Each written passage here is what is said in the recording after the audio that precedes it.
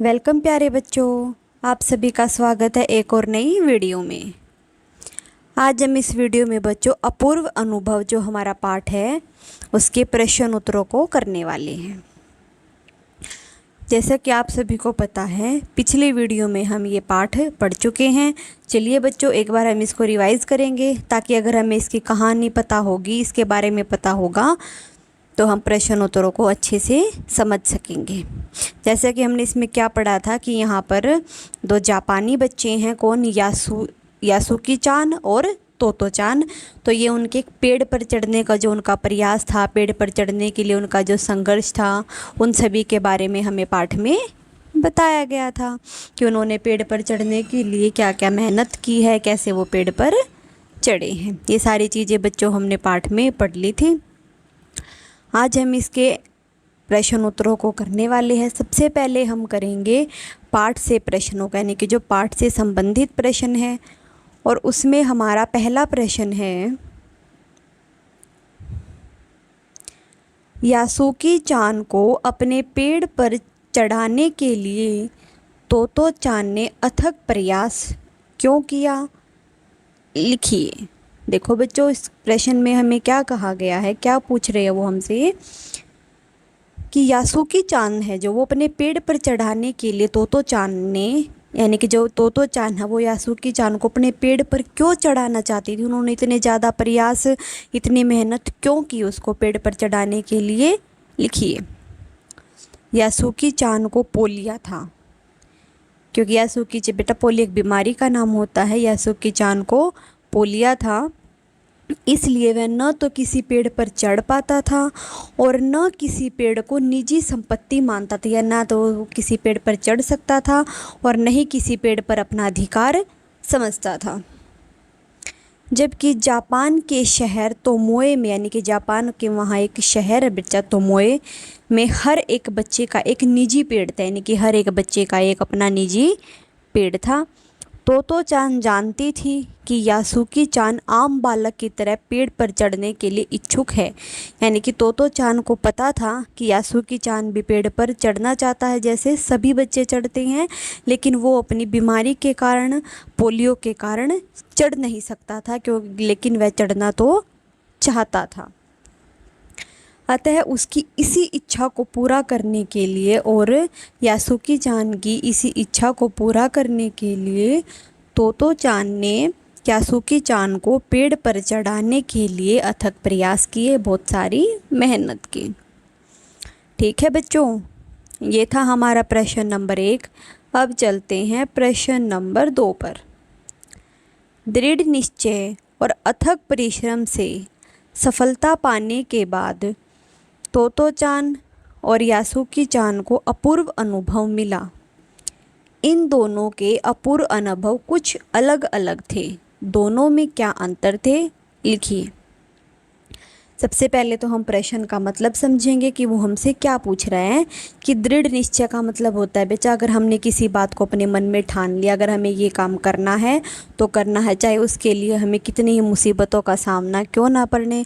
अथक परिश्रम यानी कि बिना थके हुए बहुत ज़्यादा मेहनत करना, यानी कि दृढ़ निश्चय और अथक परिश्रम से, यानी कि उन्होंने दृढ़ निश्चय बनाया था कि पेड़ पर चढ़ के ही रहेंगे, और बहुत सारी परिश्रम करने के बाद जो उन्होंने सफलता पाई है, तोतो चान और यासुकी चान को उससे क्या अनुभव मिला है, उन्होंने उससे क्या महसूस किया है, इन दोनों के अनुभव कुछ अलग अलग तरह के, यानी कि तोतो चान ने तो कुछ और अनुभव महसूस किया और यासुकी चान ने कुछ और अलग अलग महसूस किया। तो आप इन दोनों में अंतर बताएं कि किसने क्या महसूस किया है। चलिए बच्चों, उत्तर पढ़कर जानते हैं। तोतो चान का अनुभव।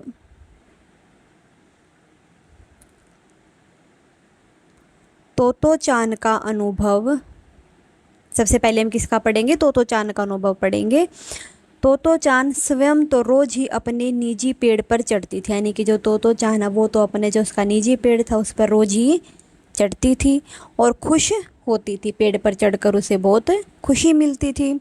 परंतु आज पोलियो से ग्रस्त अपने मित्र, लेकिन जो उसका मित्र है यासुकी चान, वो पोलियो की बीमारी थी उसे, तो जो पोलियो से ग्रस्त अपने मित्र यासुकी चान को पेड़ की द्विशाखाओं तक पहुंचाने से उसे प्रसन्नता के साथ साथ अपूर्व आत्म संतुष्टि भी प्राप्त हुई, यानी कि जो उसके अपने मन की जो शांति है उसे वो भी प्राप्त हुई है, यानी कि उसे बहुत अच्छा लगा है, उसे सुकून महसूस हुआ है अपने दोस्त यासुकी चान को पेड़ पर चढ़ाकर। अब पढ़ेंगे यासुकी चान। यासुकी चान को पेड़ पर चढ़कर बहुत प्रसन्नता हुई, यानी कि अत्यधिक प्रसन्नता हुई, बहुत खुशी हुई, उसकी मन की इच्छा पूरी हो गई, क्योंकि वो भी सभी बच्चों की तरह पेड़ पर चढ़ना चाहता था, तो इसलिए उसकी जो मन की इच्छा थी वो पूरी हो गई। उसे पेड़ पर चढ़कर दुनिया को निहारा और उसने पेड़ की ऊंचाई पर जाकर पेड़ पर चढ़कर दुनिया को देखा। तो तोतो चान ने तो क्या महसूस किया कि अपने दोस्त की इच्छा को पूरी कर कर अपने मित्र को पेड़ तक पहुंचाकर उसे आत्म संतुष्टि प्राप्त हुई, और जो उसका यासुकी चान है वो उसको पेड़ पर चढ़कर बहुत खुशी हुई और उसकी इच्छा पूरी हो गई और उसने पेड़ पर चढ़कर पूरी दुनिया को निहारा। ये था बच्चों हमारा प्रश्न नंबर 2। अब चलते हैं हम प्रश्न नंबर 3 पर।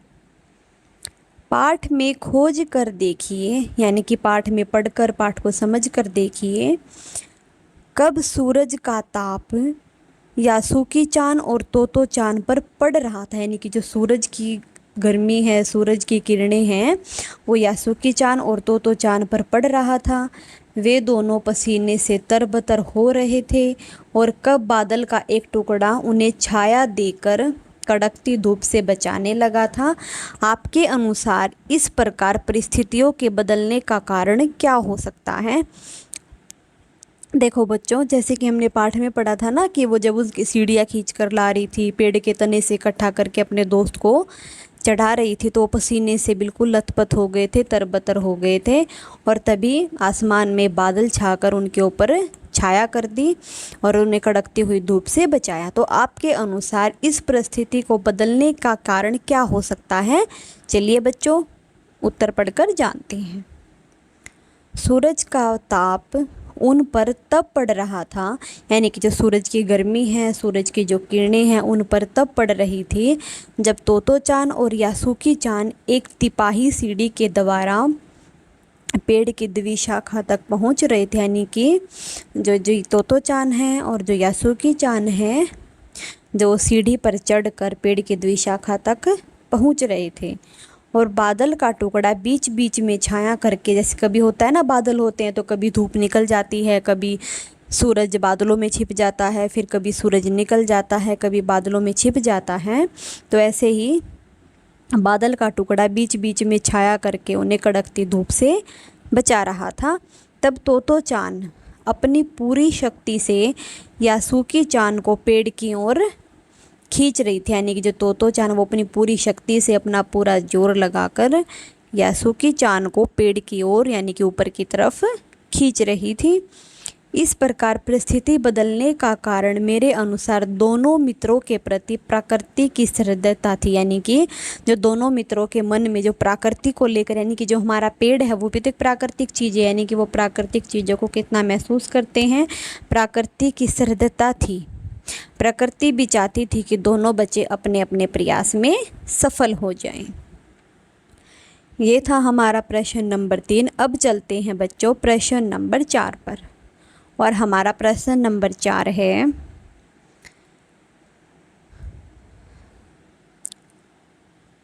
यासुकी चान को लिए पेड़ पर चढ़ने का यह अंतिम मौका था। इस अधूरे वाक्य को पूरा कीजिए और लिखकर बताइए कि लेखिका ने ऐसा क्यों लिखा होगा। यासुकी चान को लिए पेड़ पर चढ़ने का यह अंतिम मौका। चलिए उत्तर पढ़कर जानते हैं। लेखक ने ऐसा इसलिए लिखा होगा क्योंकि एक तो यासुकी चान पोलियो से पीड़ित था, यानी कि उसे पोलियो की बीमारी थी, और वह स्वयं पेड़ पर चढ़ने में असमर्थ है, यानी कि वो अपने आप पेड़ पर नहीं चढ़ सकता था। दूसरा, तोतो चान बहुत जोखिम उठाकर, यानी कि बहुत खतरा उठाकर अपने माता पिता को बिना बताए उसे पेड़ पर चढ़ा पाई थी, परंतु शायद वह दोबारा ऐसा कभी ना कर पाए, लेकिन वह दोबारा ऐसा उसको दोबारा पेड़ पर कभी न चढ़ा पाए। ये था हमारा प्रश्न नंबर 4 और इसी से बच्चों हमारे पाठ से प्रश्न समाप्त होते हैं। अब हम करेंगे पाठ से आगे के प्रश्न और उसमें हमारा पहला प्रश्न है, तोतो चांद ने अपनी योजना को बड़ों से इसलिए छिपा लिया क्योंकि उसमें जोखिम था। यानी कि जो तोतो चांद उसने इस बात को अपने माता पिता से, अपने बड़ों से क्यों नहीं बताया? क्योंकि उसमें बहुत जोखिम था, खतरा था। यासुकी चांद के गिर जाने की भी संभावना थी। फिर भी उसके मन में यासुकी चांद को पेड़ पर चढ़ाने की दृढ़ इच्छा थी और फिर भी वो यासुकी चांद को पेड़ पर चढ़ाना चाहती थी।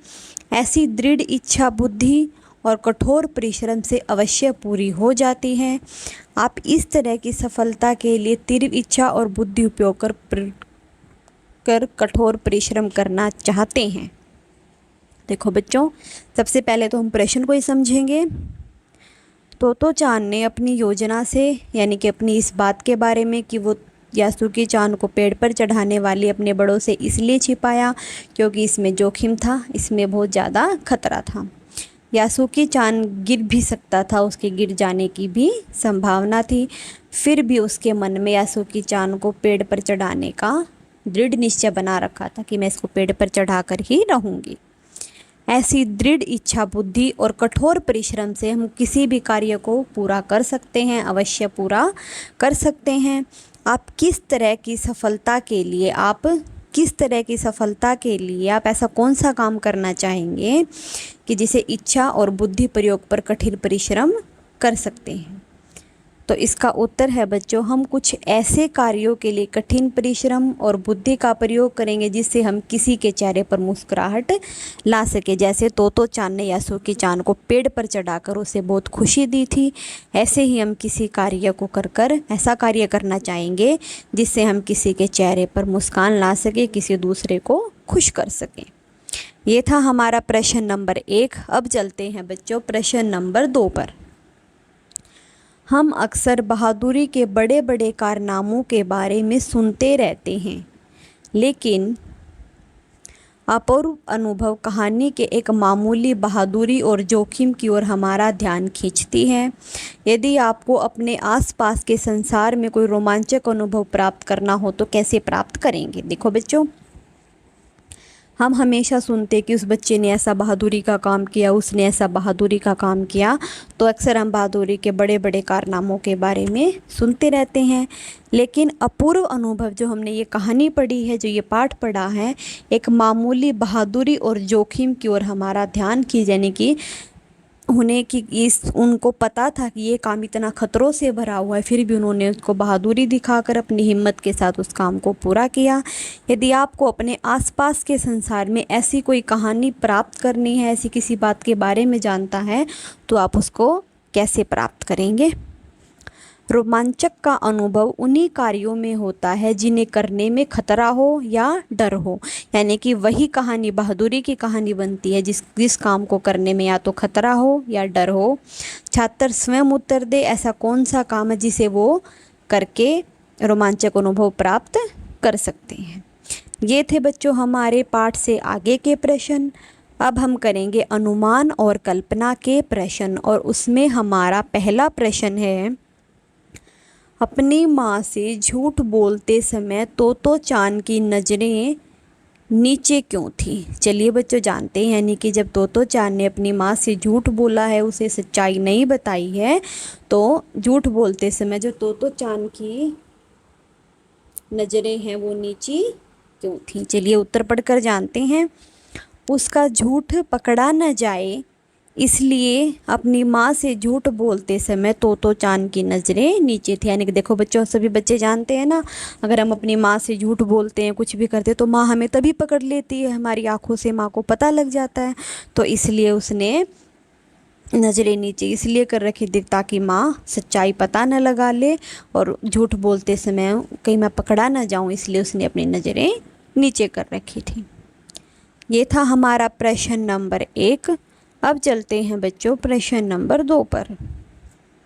यासुकी चांद जैसे शारीरिक चुनौतियों से गुजरने वाली व्यक्ति के लिए चढ़ने उतरने की सुविधाएं हर जगह नहीं होती, लेकिन कुछ जगहों पर ऐसी सुविधाएं दिखाई देती हैं।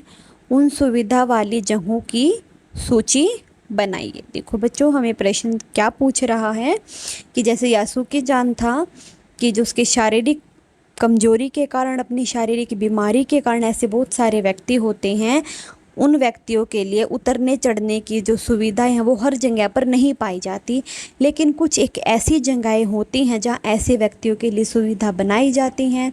तो आप उन सुविधा वाली जगहों के नाम बताइए, उनकी सूची बताइए। चलिए बच्चों, उत्तर पढ़कर जानती हैं। निजी और सरकारी अस्पतालों, यानी कि अस्पतालों में जैसे जो कोई सीढ़ियाँ नहीं चढ़ सकता उसके लिए क्या होते हैं, लिफ्ट वगैरह लगाई जाती है ना, तो या उनके फिर जैसे कि वो पहियों वाली चेयर होती है, वो पहियों वाला वो बेड होता है, उस पर लेटाकर हम पेशेंट को ले जा सकते हैं। तो निजी और सरकारी अस्पतालों, बस अड्डों पर, रेलवे स्थानकों पर, विमानतलों पर, शॉपिंग मॉल में, मेट्रो रेल पे जैसे स्थानों में शारीरिक चुनौती से गुजरने वाले व्यक्तियों के लिए, यानी कि जो शारीरिक चुनौतियां हैं, यानी कि जो अपने शरीर से बीमार हैं, उन व्यक्तियों के लिए उतरने चढ़ने के लिए रैंप और लिफ्ट की सुविधाएं दी जाती हैं। ये था हमारा प्रश्न नंबर 2 और इसी के साथ हमारे अनुमान और कल्पना के प्रश्न भी समाप्त होते हैं। आगे करते हैं हम भाषा की बात के प्रश्न और उसमें हमारा पहला प्रश्न है, द्विशाखा शब्द द्वि और शाखा के योग से बना, यानी कि द्विशाखा, उसमें एक द्वि है और एक शाखा है। इन दो शब्दों के योग से, यानी कि इन दो शब्दों को जोड़ने से हमने एक शब्द द्विशाखा बनाया है। दो और शाखा का अर्थ है, द्वि का तो मतलब है दो और शाखा का मतलब है डाल, यानी कि दो डाल। द्विशाखा पेड़ के एक तने का वह भाग है, यानी कि जो द्विशाखा है पेड़ का वो हिस्सा है, पेड़ का वो भाग है जहाँ से दो मोटी मोटी डालियाँ एक साथ निकलती हैं। द्वि की भांति आप त्रि से बनाने वाले शब्द त्रिकोण जानते हैं, कि द्वि से तो हम जैसे कि शाखा बनाया है, ऐसे ही हम त्रि से भी बनाएंगे त्रिकोण। त्रि का अर्थ होता है तीन, यानी कि तीन कोण, त्रिपुत्र, तीन पुत्र, ऐसे भी हम त्रि से बहुत सारे शब्द बना सकते हैं। तो इसी प्रकार आप 4, 5, 6, 7, 8, 9 और 10 संख्यावाची संस्कृत शब्द उपयोग में अक्सर आते हैं। इन संख्यावाची शब्दों की जानकारी प्राप्त कीजिए और देखिए कि इन शब्दों की ध्वनि अंग्रेजी संख्या के नामों से कुछ मिलती जुलती है, जैसे कि हिंदी में है 8, संस्कृत में है अष्ट और अंग्रेजी में है 8। तो यानी कि कुछ ऐसे शब्द चाहे उनको हिंदी में पढ़ेंगे, संस्कृत में पढ़ेंगे और अंग्रेजी में पढ़ेंगे तो उनके जो नामों की जो ध्वनि है, जो उनकी आवाज़ निकलेगी वो कुछ मिलती जुलती होती है। चलिए बच्चों, आगे उत्तर पढ़कर जानते हैं। जैसे कि हमें ये बॉक्स दिया गया है ना, इसमें पढ़कर हम देखेंगे। हिंदी में है 1, 2, 3, 4, 5, 6, 7, है ना बच्चों। ऐसे ही आगे होगा 8, 9, 10, जैसे 10 तक हमें पढ़ना है। देखो, हिंदी में 1, संस्कृत में 1 कम और अंग्रेजी में 1। 1 एकम, 1 तो बिल्कुल अलग हो गया अंग्रेजी का। 2 द्वि 2, 2 द्वि 2, 3 त्रि 3, देखो मिलते जुलते हो गए ना ये। 3 त्रि 3, 3 तो है हिंदी में, 3 है संस्कृत में और 3 है अंग्रेजी में, यानी कि इंग्लिश में। 4 चतुर 4, 4 चतुर्थ और 4, ये है 4 के। 5 पंच 5, 5 तो है हिंदी में, पंच है संस्कृत में और 5 है अंग्रेजी में। 6 षष्ठ 6, 6 षष्ठ 6। 7 सप्त 7, देखो ये भी मिलते जुलते आगे, 7 सप्त 7। आगे है 8 अष्ट 8, 8 अष्ट 8, इनके भी जो ध्वनि है वो कुछ मिलती जुलती है। 9 9 9, 9 9 9, इनकी भी ध्वनि मिलती जुलती है। 9 है हिंदी में, दवम है संस्कृत में और 9 है अंग्रेजी में। 10 10 10, ये किस में है? 10 है हिंदी में, 10 है संस्कृत में और 10 है अंग्रेजी में। ये थे बच्चों हमारे कुछ शब्द जिनकी हमने ध्वनि को पहचाना है और समझा है। आगे आता है हमारा प्रश्न नंबर 2। चलिए बच्चों शुरू करते हैं।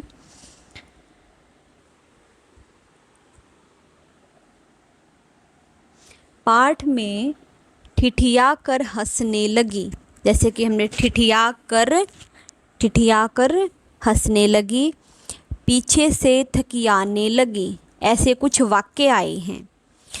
ठठिया कर हंसने का मतलब है कि आप अवश्य अनुमान लगा सकते हैं कि आप सोच सकते हैं ठी ठी ठी करके हंसना या ठठा मारकर हंसना, यानी कि बोल चाल में प्रयोग होता है। इसमें हंसने की ध्वनि के एक खास अंदाज को हंसी का विशेषण बना दिया गया है, यानी कि जो हंसने की ध्वनि है उसको हमने क्या बना दिया गया है? विशेषण बना दिया गया है। साथ ही ठठियाना और धकियाना शब्द में आना प्रत्यय का प्रयोग हुआ, यानी कि दोनों शब्दों के पीछे क्या जुड़ा है? आना। जैसे कि ठठी आना, धकी आना, दोनों में क्या जुड़ा हुआ है? पीछे आना। तो इस प्रत्यय से फिल्माना शब्द भी बन जाता है, फिल्माना, क्योंकि उसमें भी पीछे क्या है? आना। तो आना प्रत्यय से बनने वाले आप कुछ 4 सार्थक शब्द लिखिए। चलिए बच्चों कुछ ऐसे शब्द बनाते हैं जिनके पीछे क्या जुड़ेगा? आना जुड़ेगा। जैसे कि देखो, बतियाना, बचाना, बताना, चलाना, ललचाना, शर्माना, लजाना और खजाना। तो ऐसे हम बहुत सारे शब्दों को बना सकते हैं जिनके पीछे बेटा हमारा जो आना प्रत्यय जुड़ सकता है। ये हमारा एक प्रश्न समाप्त होता है। एक बार हम फिर से जो भाषा की बात की, ये दोनों प्रश्न है बच्चों, इनको एक बार फिर से रिवाइज करेंगे ताकि हमें अच्छे से समझ में आ जाए। देखो, द्विशाखा जो हमारा शब्द है वो 2 शब्दों से बना है, द्वि से और शाखा से। द्वि का मतलब तो होता है 2 और शाखा का मतलब होता है बच्चों डाल। तो द्विशाखा पेड़ का वो एक हिस्सा है, पेड़ का वो एक भाग है जहाँ से 2 मोटी मोटी डालियाँ निकलती है, तो उसको हम क्या बोलेंगे? द्विशाखा, क्योंकि यहाँ से 2 डाल निकल रही है तो इसलिए वो क्या हो गई? द्विशाखा हो गई। तो द्वि की भांति आप त्रि से भी शब्द को, क्योंकि द्वि का मतलब तो 2 है, तो आप त्रि से भी बना सकते हैं। 4 5 6 7 कुछ 11 12, तो आप जो हमारी जो संख्यावाची शब्द, आप किसी से भी कोई भी शब्द बना सकते हैं। जैसे कि त्रि से बनने वाला होता है त्रिकोण, त्रिपुत्र, त्रिधाम, ऐसे कुछ भी हम बना सकते हैं। त्रि का अर्थ होता है 3। इस प्रकार 4 5 6 7 8 9 10 ऐसे जो संख्यावाची जो संस्कृत के शब्द हैं, ये इन संख्यावाची शब्दों की जानकारी आप प्राप्त कीजिए। और जैसे कि आपको पता है इन सभी की जो ध्वनि है वो एक दूसरे से मिलती जुलती है। चलिए बच्चों एक बार पढ़कर जानेंगे। 1 एकम 1, 2 द्वि 2, 3 त्रि 3, 4 चतुर्थ 4, 5 पंच 5, 6 षष्ठ 6, 7 सप्त 7, 8 अष्ट 8, 9 नव 9, 10 दश और 10। ये थे हमारे संस्कृत के कुछ संख्यावाची शब्द। हमारा प्रश्न नंबर 2 है, जैसे कि बच्चों आपने पाठ में ठठिया कर हंसने लगी, पीछे से धकियाने लगी, तो हमारा इसमें मेन शब्द क्या है बच्चों? ठठिया कर और धकियाना, ठठियाना। ठठियाना का मतलब होता है ठी ठी करके जो हंसना, जो हम एक बार जोर से ठाका मार कर हंसते हैं ना, तो उसको हम बोलते हैं ठठियाना, यानी कि ठी ठी करके हंसना। तो आप जो इसमें हमारे जो हंसने की जो ध्वनि है उसको विशेषण बना दिया गया है, ठी को विशेषण बना दिया गया है। साथ ही ठठियाना और धकियाना में जैसे आप सब बच्चे देख रहे हैं, आना इसमें प्रत्यय है। बेटा हमारे प्रत्यय और उपसर्ग दो होते हैं। प्रत्यय तो वो होता है जो हम किसी शब्द के पीछे जोड़ते हैं, और उपसर्ग वो होता है जो हम किसी शब्द के आगे जोड़ते हैं। अब पीछे हमने क्या जोड़ा हुआ है इसमें, आना आना, ठठियाना धकियाना। तो इन दोनों शब्दों के में पीछे क्या जुड़ा है, कोई आना प्रत्यय जुड़ा हुआ है। इसी प्रकार फिल्माना, इसमें भी आना पीछे प्रत्यय जुड़ा हुआ है। ऐसे ही आप आना प्रत्यय से बनने वाले 4 सार्थक शब्द बताइए। वैसे तो हम बहुत सारे शब्दों को बना सकते हैं, लेकिन हमसे 4 सार्थक शब्द पूछे हैं। चलिए बच्चों जानते हैं। बतियाना, बचाना, बताना, चलाना, ललचाना, शर्माना और लजाना। ठीक है बच्चों, ये था हमारा भाषा की बात के प्रश्नों में प्रश्न नंबर 2। और इसी के साथ बच्चों हमारा ये पाठ समाप्त होता है। अगली वीडियो में हम अगले पाठ को करने वाले हैं। इस वीडियो में ये पाठ हमारा समाप्त हो गया। इस वीडियो के लिए इतना ही। आशा है आप सभी बच्चों को ये पाठ है, जो ये कहानी है, प्रश्न उत्तर है, समझ में आए होंगे। अगली वीडियो में मिलते हैं। धन्यवाद। आपका दिन मंगल